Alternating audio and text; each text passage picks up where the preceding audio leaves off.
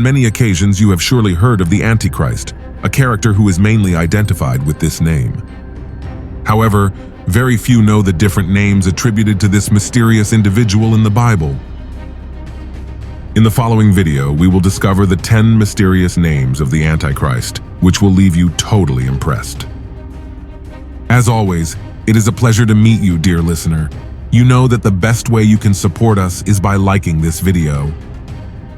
If you have not yet subscribed, we encourage you to do so and activate the notification bell so that YouTube notifies you every time we share a new video. Let's start.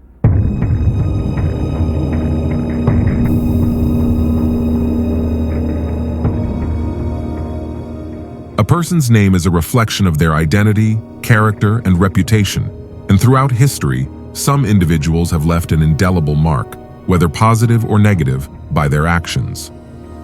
By simply mentioning their name, it is possible to know who they really are. The Bible tells us about a mysterious character who will emerge in recent times as a world political leader, an impressive strategist. This individual will appear after the rapture of the church and will rule the world for 7 years, known as the time of the Great Tribulation or the 70th week of Daniel. Throughout time and history, there have been many speculations and studies in the eschatological field about this character. The biblical writers gave various names to this enigmatic character that we present to you below. Number 1. Antichrist. The name most commonly known by believers to refer to this character is Antichrist. It was the Apostle John who gave it this name in the Bible. We can find more information about him in 1 John chapter 2 verse 18, where he says, "Little children, it is the last time, and as you have heard that the Antichrist is coming, so now many Antichrists have arisen. This is why we know that it is the last time." In Greek, the word Antichrist means against, or instead of Christ. It can refer to an enemy of Christ or someone who pretends to be Christ and usurp his rights. This word appears in only 4 passages of Scripture, and all are found in the first and second letters of John. Now, this character is known as the Antichrist or false Christ, and it is said that he will appear before the end of the world with the purpose of ruling and leading a great rebellion against Christ and the faith of the New Testament. Furthermore, it is attributed that he will usurp the name of the true Christ. However, according to John, many antichrists have already arisen and infiltrated the church. These individuals are so-called believers who have a love for the world and its sinful pleasures. They distort the message of the gospel and the importance of Jesus' sacrifice on the cross and oppose him and his justice.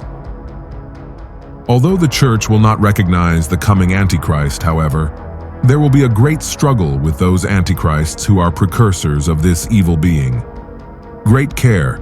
Listening friend, we must remain faithful to the Lord until the end.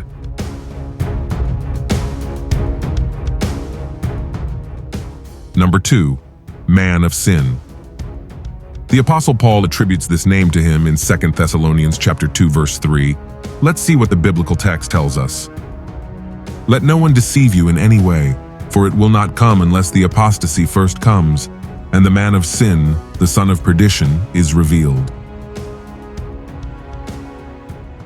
Paul terrifyingly describes this character as a man completely immersed in sin, although it is true that all men inherently have sin in their lives. However, this individual embodies evil and sin, having absolute dominion over them. Never before in history has anyone committed as many sins as this individual. Although it is true that there are other characters in history who typify him, such as Antiochus Epiphanes or Hitler, however, the Antichrist as we commonly know him will be the leader in committing sins. He will mock God, lead humanity to rebel against him, exalt all that is sinful and wicked, and despise all that is holy and good. The man in question will be under the influence of a powerful demon that emerges from the abyss. He will be a gifted speaker, an intellectual genius, and will possess great charm and charisma. Furthermore, he will have immense power to lead. However, none in the history of mankind will be more completely a son of the devil than the Antichrist.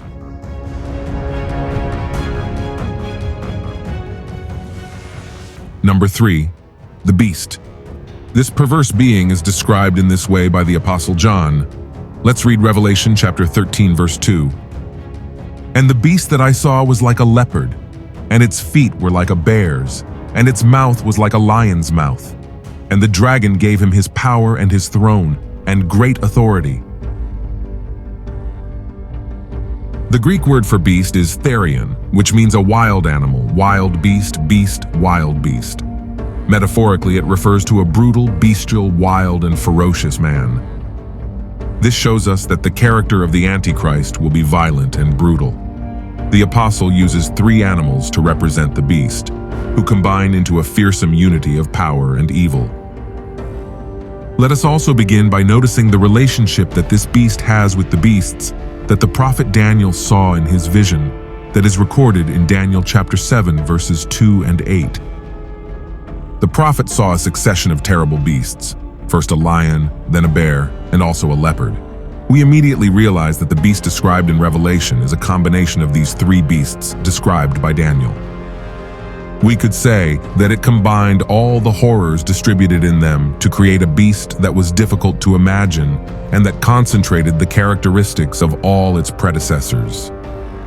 Now, this takes on greater meaning when we realize that these beasts represented the great Gentile empires that were to follow from the time the last king of the dynasty of David lost the throne of Israel until the second coming of Christ.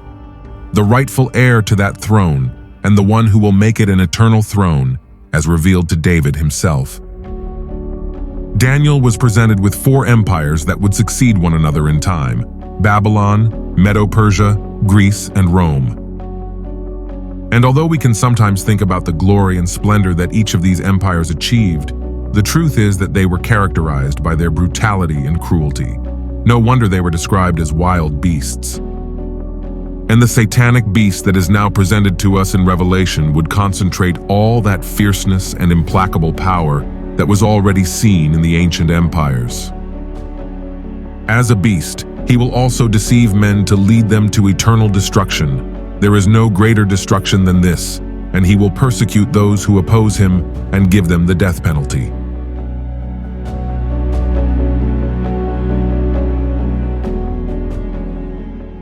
Number 4. Little Horn. Let's read Daniel chapter 7, verse 8. While I was looking at the horns, behold, another little horn came up among them, and 3 of the first horns were plucked out before it. And behold, this horn had eyes like a man's, and a mouth that spoke great things. According to the context of chapter 7 of Daniel, as we have already mentioned before, the prophet was shown in vision 4 beasts that represented 4 empires that succeeded one another in world domination. The first beast was like a lion, which represented Babylon. The second beast, it was like a bear, which represented the Medo-Persian Empire. The third beast was like a leopard with 4 heads and 4 wings. This beast prefigured the Greek Empire of Alexander the Great. And finally, the fourth beast was extremely frightening and terrible. Daniel found no resemblance to any animal to describe that beast, but the truth is that this frightening and terrible beast represented the Roman Empire. The Roman Empire dismembered and fell due to its internal corruption, its moral rot. All these 4 empires fell for the same reasons. However, the Roman Empire is going to be reunited, and it is interesting that throughout history, some have been looking for someone to do it. Historian Hoffman has said the following: when the Germans and Slavs partially advanced on Roman lands, somehow introducing themselves into the historical position of the Roman Empire, their princes married into Roman families. Charlemagne was descended from a Roman family. At almost the same time, the German Emperor Otto II and the Russian Grand Prince Vladimir married daughters of the Eastern Roman Emperor. This policy was the characteristic of the relationship of the immigrant nations towards Rome. They did not found a new kingdom, but continued the Roman one. And so the process will continue until the end and culmination of all Roman power, until its final branching into 10 kingdoms. Attempting to identify these kingdoms would be as inappropriate as setting the coming of Christ, with which they are connected, for tomorrow or the next day. Now here we are told about another little horn, which will become the key to this whole situation. He will uproot 3 of the 10 horns and establish himself over them all.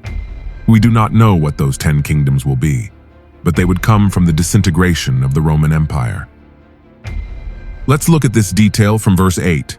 This horn had eyes like a man's, which denotes intelligence and genius. And finally it says that he had a mouth that spoke with great insolence or arrogance, which describes the blasphemous character of this man. This little horn will become a world ruler, the Antichrist. His mouth will speak great things, and he will persecute the saints, Jews and Gentile believers during the period of the Great Tribulation, for 3.5 years, as we read in Daniel chapter 7, verse 25. And he will speak words against the Most High, and he will destroy the saints of the Most High, and he will think of changing the times and the law, and they will be delivered into his hand until a time and times and half a time. This period is the last 3.5 years of the 70th week of Daniel, or also known as the Great Tribulation. Number 5. Wicked. Let's read 2 Thessalonians chapter 2, verse 8. And then that wicked one will be revealed, whom the Lord will kill with the spirit of his mouth, and will destroy with the brightness of his coming. Once again, the Apostle Paul gives it its name, iniquitous. In Greek, wicked is animos, which means outside the law, a violator of the law, lawless, evil. The Antichrist will not submit to any authority, whether religious or political. He will be an absolute being who will live under the law of sin. Next, we will mention some of the actions that this evil character will carry out. Let's read 2 Thessalonians chapter 2, verse 4. Who opposes and exalts himself against everything that is called God or is worshipped, so much so that he sits in the temple of God as God, showing himself to be God. One of his claims will be that he is God. In Revelation chapter 13, we find that the beast coming out of the sea, the Antichrist, would reunite the nations of Western Europe. When he does so, he will present himself as if he were God.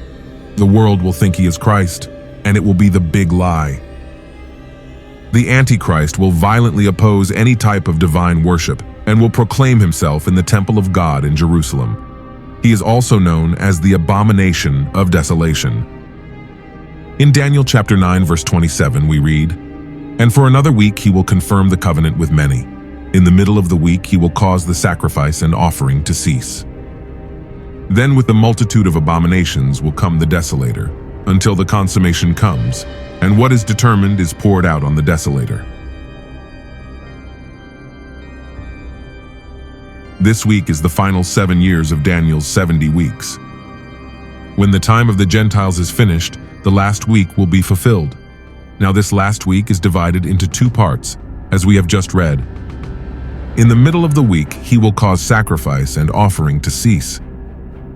Let's see what has to happen in each of these parts. The text tells us that at the beginning of this last week, the prince who is to come will confirm the covenant with many. Other translations suggest the idea that he will force or impose the covenant with many. In any case, whether through diplomacy or force, the fact is that Israel will once again live safely and peacefully in their land, and they will be able to rebuild their temple in Jerusalem. Let us note that at the beginning of the second part of this week, the prince who is to come will stop the sacrifice and offering, which implies that the Jewish temple will be in operation again. Nowadays, it seems impossible to think that this could happen. Let us remember that the place where the Jewish temple once stood, today is the Dome of the Rock, the third most sacred place for Islam. Muhammad claimed to have ascended to heaven from there. Now, to think that Jews can take away this sacred place from Muslims is unthinkable. Let us remember that currently there are about 1.5 billion people who profess the Muslim religion in the world, compared to the 14 million Jews spread throughout the world. Under these circumstances, it is difficult to know how this prince to come will be able to convince the Muslims to give up the site currently occupied by the Dome of the Rock, so that their hated Jewish neighbors can build their temple there. In any case, it seems that he will confirm this covenant with many, which seems to indicate that he will deal not only with Jews and Muslims, but also with many other nations. As the second part of the last week begins, this prince who is to come will not be content just to enjoy the fame that his great political achievements will bring him, but will also assume religious power. To do this, he will stop the sacrifices in the temple. In the middle of the week, he will stop the sacrifice and offering, and he will also force the world to worship him as if he were God. This was announced by the Apostle Paul, who opposes and exalts himself against everything that is called God or is an object of worship, so much so that he sits in the temple of God as God, showing himself to be God.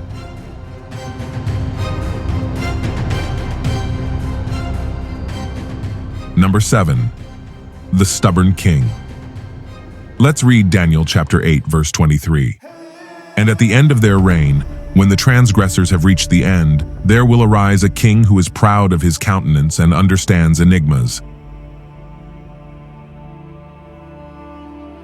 The immediate fulfillment anticipates the rise of Antiochus Epiphanes as the historical persecutor of Israel.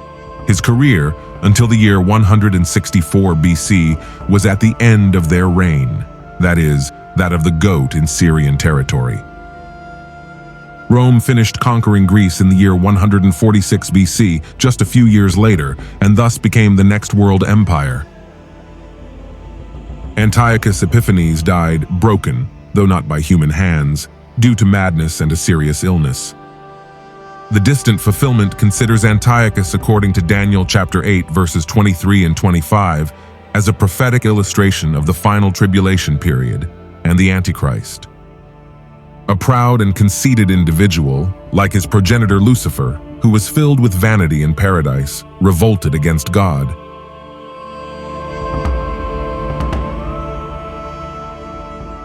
Number 8. He who comes in his own name. This is what Jesus said about the Antichrist. Let's read the Gospel of John, chapter 5, verse 43. I have come in the name of my Father, and you do not receive me. If another comes in his own name, him you will receive. Jesus told the Jews that he had come to fulfill the will of his Father, glorify him, and obey him in everything. If men had truly loved God, they would also have loved Jesus, who sought to please God in everything he said and did. Now Jesus predicts that another will come in his own name, and that the Jews will accept him. Here it refers to the Antichrist. In a coming day, a self-imposed leader will emerge among the Jewish people and demand to be worshipped as God. The majority of the Jewish nation will accept this Antichrist as their leader, and as a result they will be betrayed and persecuted by the Antichrist. Although also at that time the Jewish people will finally accept Jesus as their Messiah.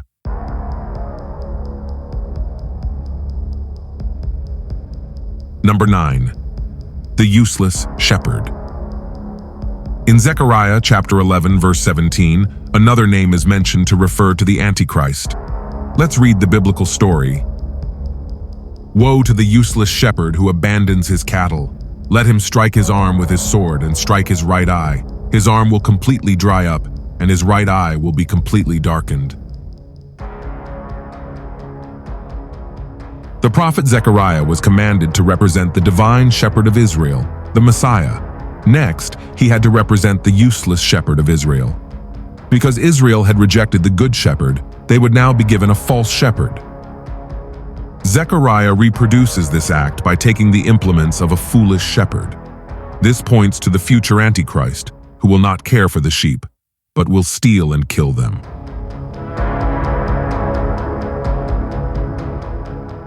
Number 10.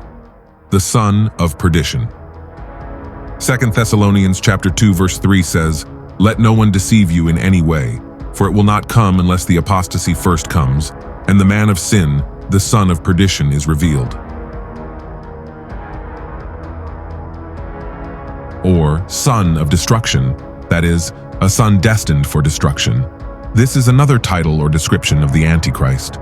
There is only one other place in Scripture where this appellation is used. Jesus applied it to Judas Iscariot, as we read in John chapter 17, verse 12. When I was with them in the world, I kept them in your name. Those whom you gave me I kept, and none of them was lost, except the son of perdition, that the scripture might be fulfilled. The son of perdition is incapable of saving anyone. He can only condemn. He is considered a spawn of the devil, and his damnation is imminent. In Revelation chapter 19, verse 20, his tragic end is revealed. Let's read the biblical story.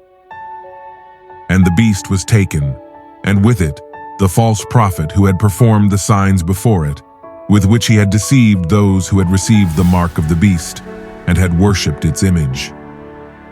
These two were thrown alive into a lake of fire burning with sulfur.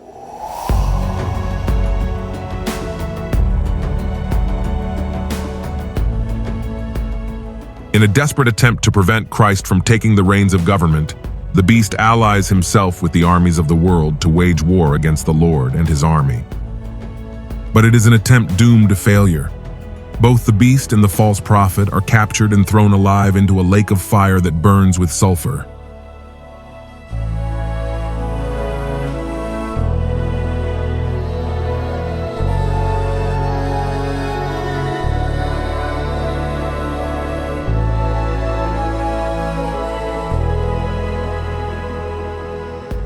Thank you once again for being part of this channel of wisdom. We are delighted to be part of your life. How about you share this video with all your family and friends? See you in the next video.